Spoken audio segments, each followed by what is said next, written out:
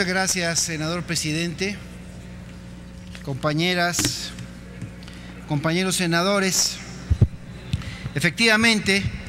la Cámara de Diputados ha devuelto la reforma constitucional en materia electoral. Lo ha hecho y en su facultad legislativa ha modificado 9 temas que aquí se habían aprobado por consenso. En su momento, compañeras, compañeros, su servidor manifestó que las reformas político-electorales eran la asignatura ampliamente postergada a lo largo de los últimos 20 años, tiempo en que al Ejecutivo Federal y a los legisladores nos faltó voluntad y sobre todo humildad en los temas trascendentales. Dije en aquel momento que la presente reforma era solo un esbozo de lo que pudo haber sido una legislación de avanzada. Esos cambios constitucionales, aún con sus bondades, no resultaron suficientes para las expectativas sociales y ciudadanas. Entonces, si bien argumenté que dicha reforma era cortoplacista y que resultaba insuficiente, hoy, debo decirlo, con la devolución de la minuta por la Cámara de Diputados y el dictamen que ponen a nuestra consideración las Comisiones Unidas, sin cambiarle siquiera una coma, creo que nos salen debiendo. Y es que no comparto, lo digo con franqueza, los antecedentes y justificaciones del presente dictamen que elaboran las Comisiones Unidas al señalar de manera particular en el artículo 41, apartado D, fracción cuarta, inciso B, que la expresión adquirir se atentaría a la libertad de expresión, al restringirle derechos humanos a los participantes en una contienda electoral. No compartimos esa declaración, porque incluso en los hechos no se viola en nada conservar la palabra adquisición,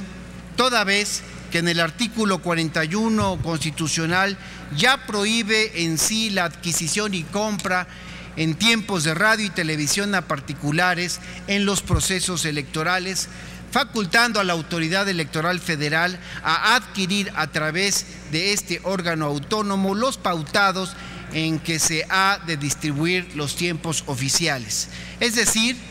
ya existe prohibición de que terceras personas o los candidatos compren tiempo en radio y televisión. Por lo tanto, conservar la expresión compra solo resultaría ocioso por la prohibición plenamente existente en nuestra Carta Magna.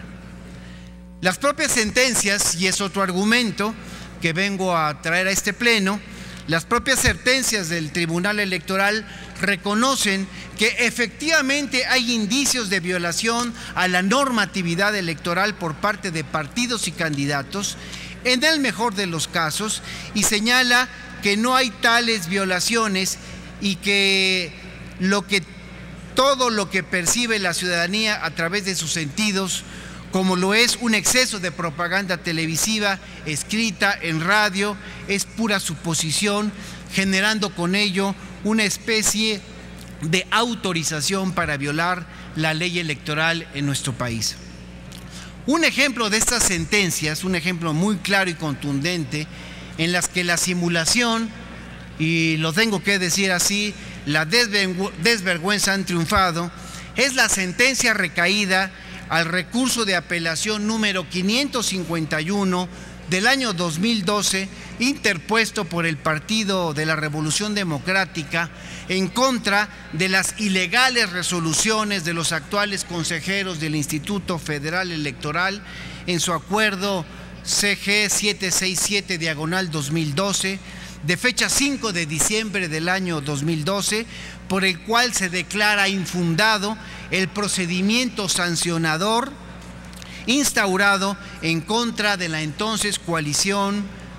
Compromiso por México, integrada por los partidos políticos Revolucionario Institucional y Verde Ecologista de México, y beneficiando con la citada absolución a Enrique Peña Nieto. Este asunto, como todos recordaremos, fue resuelto por la Sala Superior del Tribunal Electoral del Poder Judicial de la Federación, avalando las irregularidades cometidas por el equipo de campaña del candidato presidencial antes citado. Pese al reconocimiento de los citados contratos, la autoridad electoral señala, y quiero citar textualmente: de igual forma, dice la autoridad, fue posible advertir que, contrario a lo sostenido por los denunciantes, de la documentación presentada por las diversas empresas no se desprendían elementos, siquiera a nivel indiciario, que permitieran suponer que la celebración de dichos contratos había tenido por objeto la promoción personalizada de Enrique Peña Nieto en el extranjero, y cierro la cita. Por eso decimos, compañeras y compañeros senadores, que la sustitución del término adquiera por el de compre, en el supuesto de nulidad de elección relativo a la cobertura informativa o tiempos de radio y televisión, fuera de los supuestos previstos en la ley, en el artículo 41, fracción sexta, tercer párrafo, inciso B de nuestra Constitución, deja sin efecto práctico dicho supuesto de nulidad, exigiendo la existencia de una transacción comercial cuando se trata precisamente de prevenir una causa y efecto de elemento de fraude de ley, como se refiere en la esencia del criterio de la siguiente interpretación, y me refiero a la jurisprudencia 29 del año 2010 de Radio y Televisión,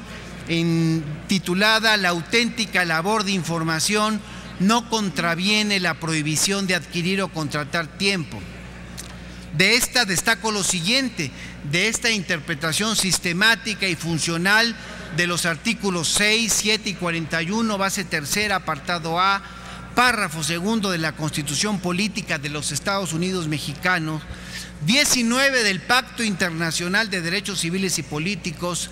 13 de la Convención Americana de Derechos Humanos y 350, párrafo 1, inciso B, del Código Federal de Instituciones y Procedimientos Electorales, se advierte que la prohibición constitucional de adquirir o contratar tiempo en radio y televisión en cualquier modalidad no comprende el utilizado por los medios de comunicación en la auténtica labor de información, puesto que ésta implica el derecho de ser informado siempre que no se trate de una simulación. El derecho a informar y ser informado comprende en tiempos de campaña electoral la difusión